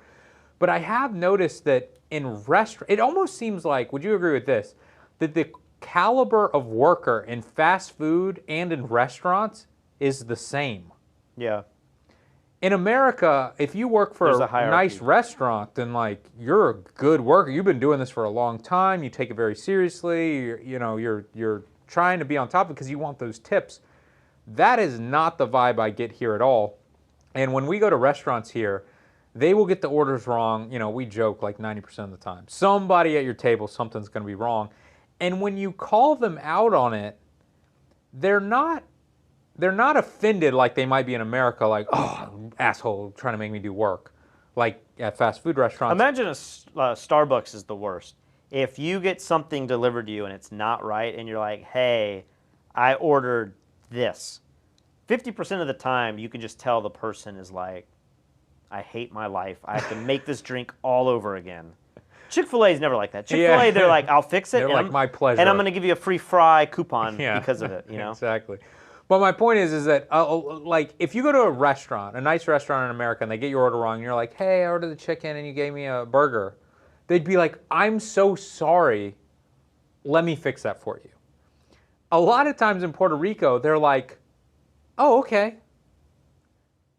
No apology and no like, oh, I'm so sorry, let me hurry and get that for you. Like, oh, I can't believe I made that mistake. It's just like, oh, sure, yeah, we can swap that out. It's like that was a reasonable expectation or a reasonable outlook. You ordered a cheeseburger and you got a chicken sandwich? Oh, okay. Yeah. It's not like, oh, wow, we were way off. Or like, this one happened recently with even a server that I know. Like, I'm relatively close with the server, but we ordered food. The food wasn't coming. Maybe we waited like an hour, but maybe I waited 30 minutes and I didn't even get my drink. And I was like, hey, can I go ahead and get my beer? And she was like, sure. And I thought, that's a little weird. It's a social thing. But then she still didn't bring it. She forgot it again. Yeah. And then the food came like an hour in, still didn't get a drink. And I was like, hey, can I go ahead and get the beer? Thinking that she'd go, oh my gosh, I'm so sorry, I forgot. And she was just like, yeah, of course. Yeah, I've been waiting an It's a weird hour. mindset. Like in America, you would say, I'm leaving, I'm getting up and leaving, or I'm like deducting a tip. Yeah. But here, it's just this other mentality. Like, I don't.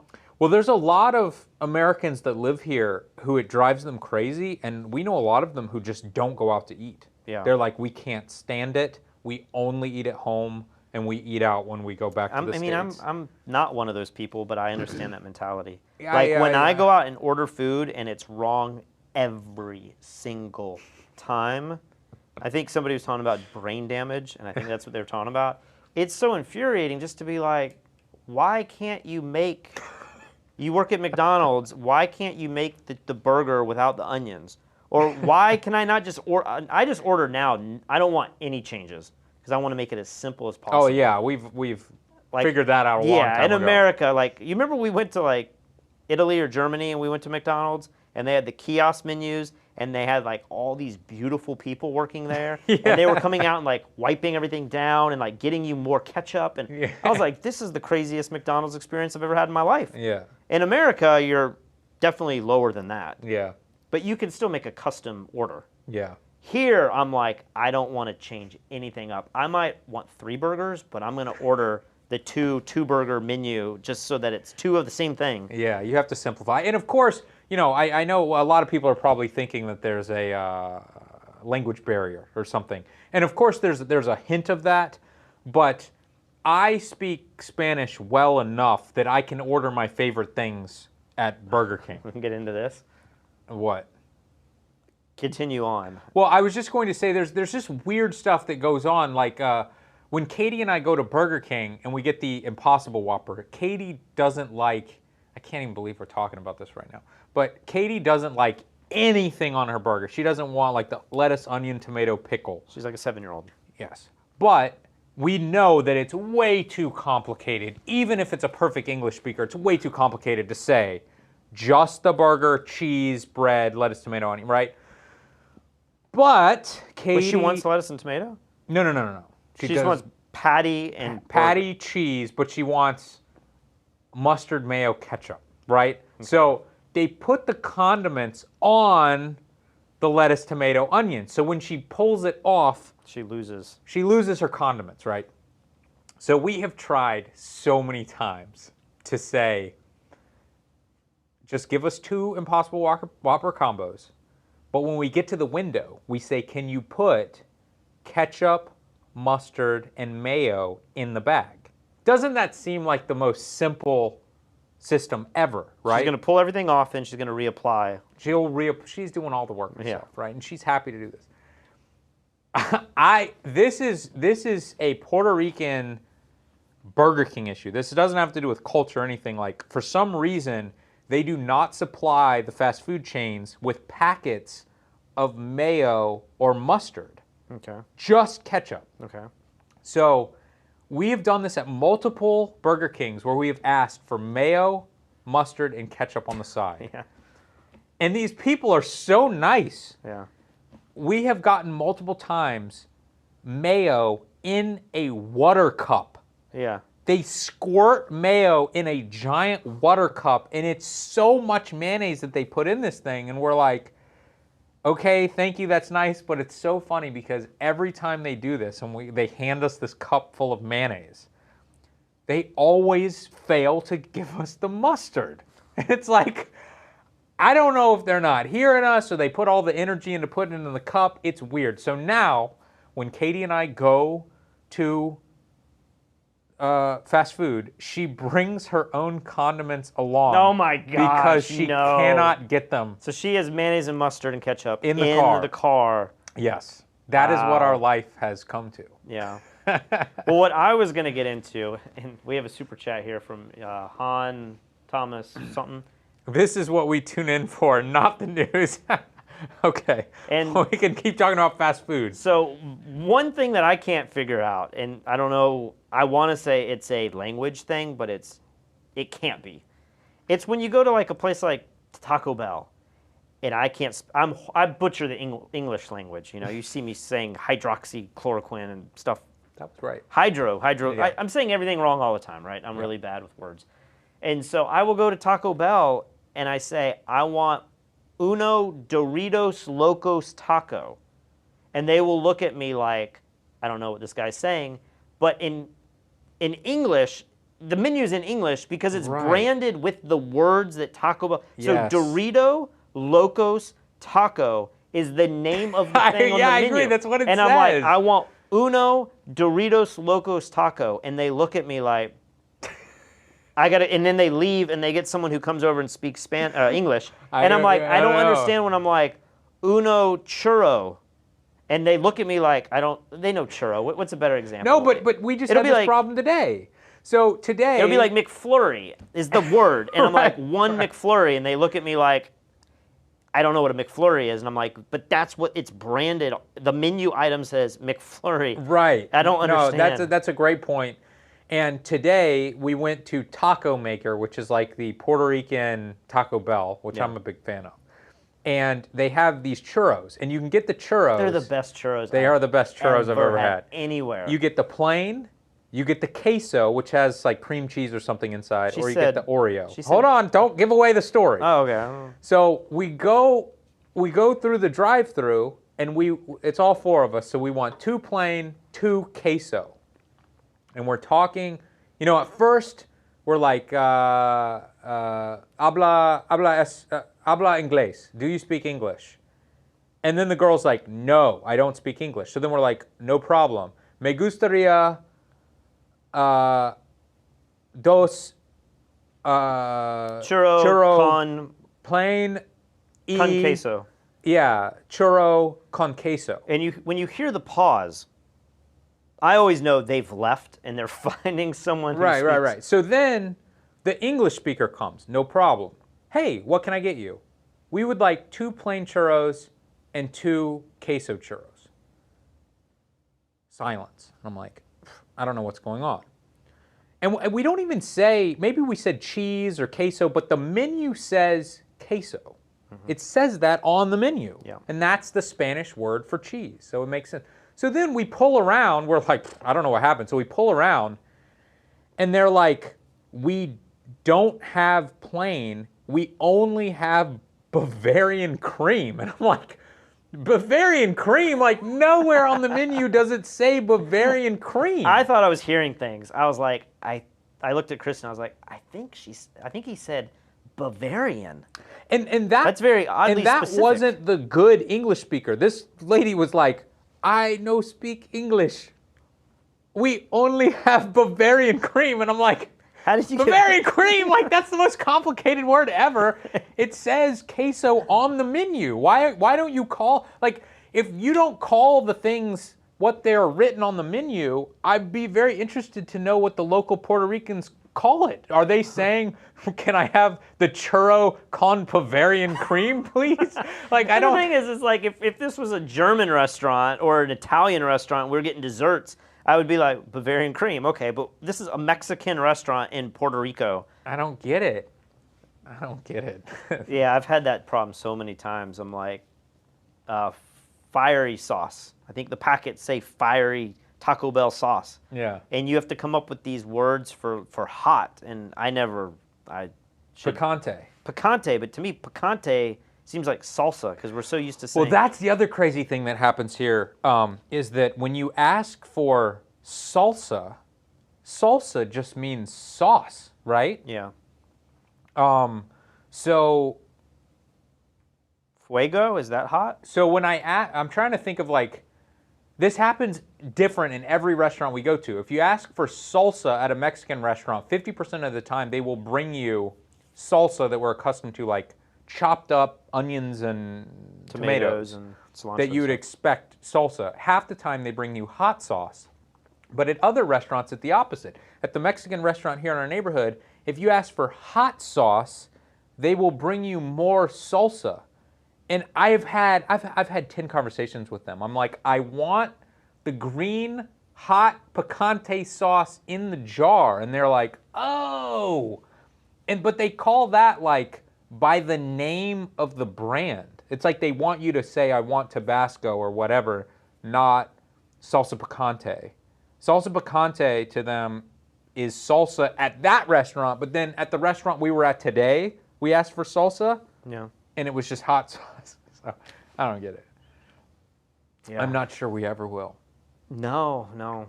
But you keep telling them, like, hey, I ordered this. Like, we had guacamole dip today, but we all were convinced it was, like, guacamole flavored, like, mayo or, like, something from a bottle. Yeah, it wasn't freshly made. I think Kristen thought we were getting chips and, like, guacamole, and I was like, that was 75 cents. I never thought that we were getting a bowl of guacamole. I was like, we are getting some little tiny side to put on your taco. Right. And sure enough, it was like Heinz sprayable avocado spread or something. The other thing I have two other notes here, and then I'm done. I have an article that I just saw that Argentina is set for default as bondholders reject new terms.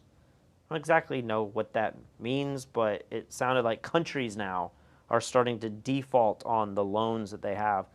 I believe when we went to Argentina 2 years ago, there was a lot of talk about these South American countries being in financial trouble. I never understand that, though. I feel like states have been in financial trouble for the last 10 or 15 years. You know, and you had like Detroit started defaulting, and I don't know what ever happened of that. What happens if America defaulted? Like, I think we had our credit dropped from like AAA to AA back in the last recession, but I don't know what the long-term consequences of that really are. It feels like Greece is defaulted, but they're part of the EU. Italy's been on the brink of financial trouble for years now. Yeah. But what actually happens with those countries, you know? Especially when their currency is tied to a larger currency like the euro.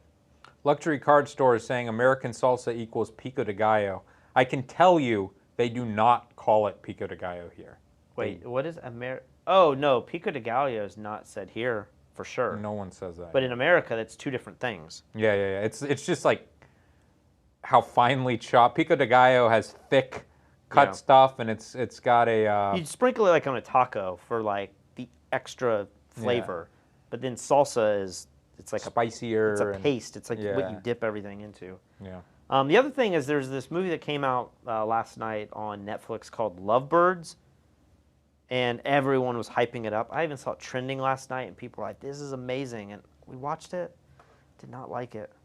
Well, I didn't think it was funny at all. I thought the premise was really stupid, but then everyone online was just how amazing this is, and it has, I think, one of the girls from Insecure, and then it has the Indian guy from Silicon Valley. Did you ever get into that show? I never did. And I'm like, neither one of these people seem all that funny to me.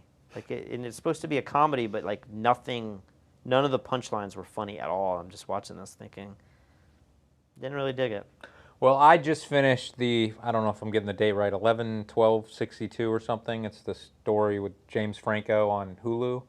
And I really enjoyed it. So thank you for whoever recommended that. The Missing Ling says, look up about cicadas. Cicadas? Is that the bug that makes the noise? Cicadas. Cicadas? For tomorrow's show. Yeah, I've read a little bit about that. I remember cicadas from when I was a kid, and like they were so disgusting. What do you think happened? Is this what they're talking about in Africa? And No, that's locust. Cicadas are... They're similar though, right? Maybe. Like mole cricket, like they're big insects. Yeah, but these are the ones that come out of the ground every 15 years or something crazy. But you hear them.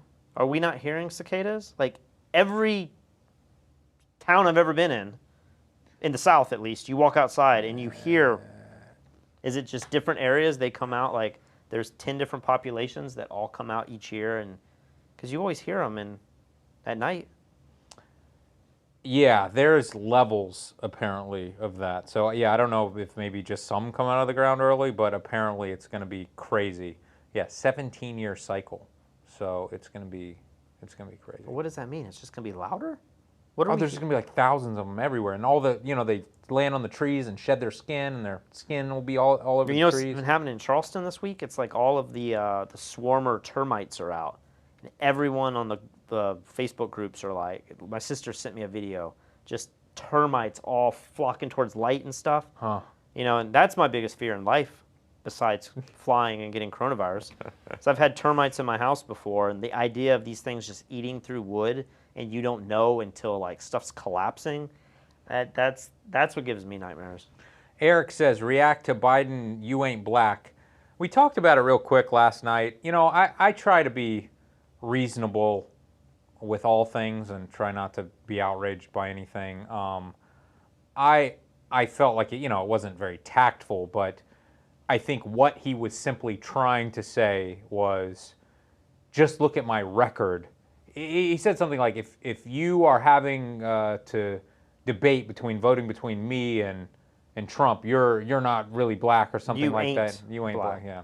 But I think what he was trying to say was simply, look at my voting record compared to Trump's. It's very clear that I have been more on the side of the African American community or something. Again, it's not the most tactful thing to say, and I've seen some people on Twitter, like black guys, like responding to it and just being like, I hate Trump, but what you and the Clintons have done for black people, I mean, they were going on rants about. Oh, okay. Well, I mean, there's a long history. There's a long history there too. I think it's so weird though to say like whole races of people should be voting for specific candidates. That's so strange, you know? Yeah. Aren't there different people within a single race that might own a business and so might want lower taxes, or maybe these people in this race are doing really poorly and want something to do with school choice, or I don't know what all the policies are, but it seems so weird that individual races would just be like, you have to vote with us